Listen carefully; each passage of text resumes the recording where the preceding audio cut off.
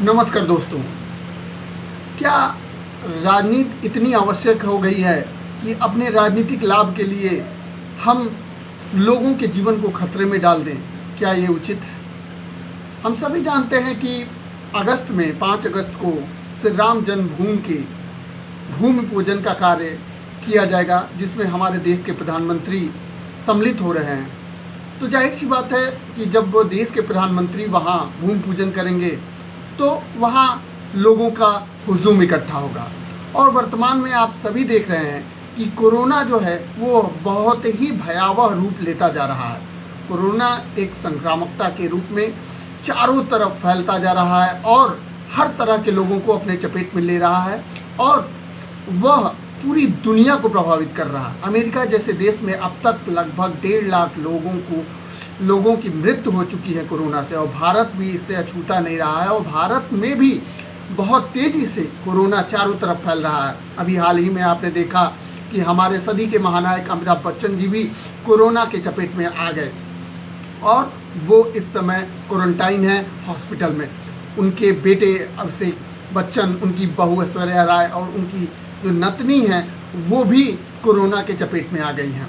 और तो और अभी आज ही एक जो न्यूज़ सुनने में आई है कि मध्य प्रदेश के जो सीएम हैं शिवराज सिंह चौहान, वो भी कहीं ना कहीं कोरोना के चपेट में आ गए हैं।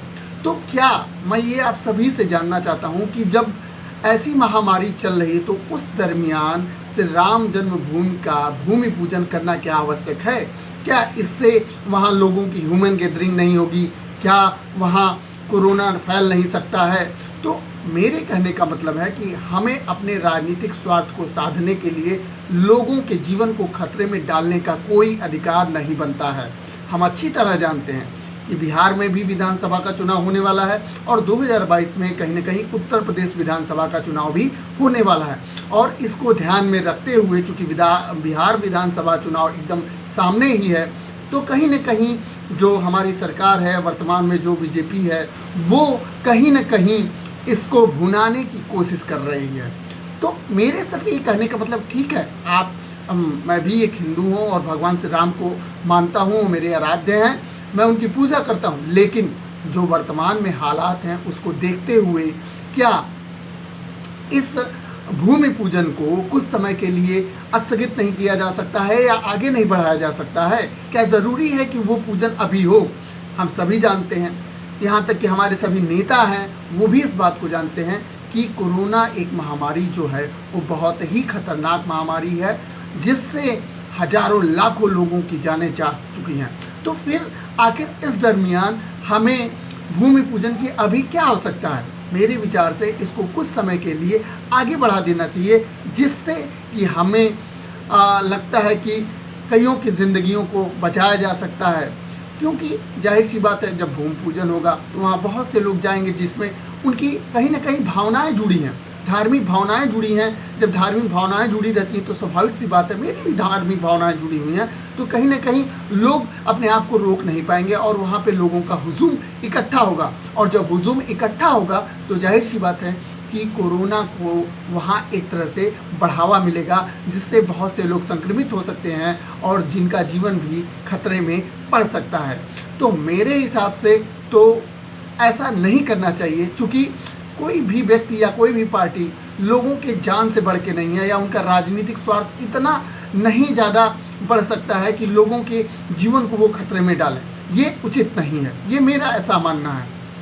कभी कभी जब मैं मैकियावेली को पढ़ता हूँ तो मैकियावेली ने एक बात की कि धर्म का राजनीति से पृथक्करण होना चाहिए, और ये मुझे उचित भी लगता है कि कहीं ना कहीं जब तक ये दोनों साथ रहेंगी तो राजनीति सुचारू रूप से नहीं हो पाएगा।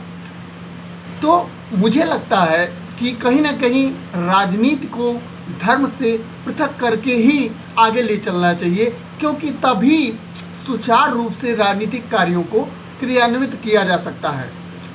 तो मुझे लगता है कि धर्म के आधार पर राजनीति नहीं होनी चाहिए। यह देश के विकास में कहीं ना कहीं बाधा उत्पन्न करती है और देश को कहीं ना कहीं पीछे ले जाने का काम करती है।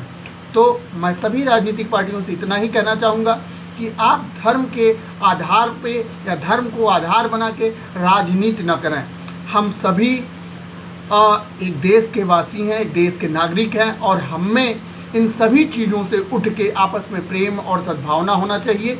एक दूसरे की हमें मदद करनी चाहिए, एक दूसरे को हमेशा आगे बढ़ाने का प्रयास करना चाहिए, तभी जाके हमारा देश मजबूत और सशक्त होगा। जब तक हम राजनीतिक मसलों में धर्म को इंक्लूड करेंगे तब तक ये चीज़ संभव नहीं है। तो मैं सभी राजनीतिक पार्टियों से ये अनुरोध करना चाहूँगा कि वो कृपया करके धर्म को राजनीति में इन्वॉल्व ना करें। नमस्कार दोस्तों।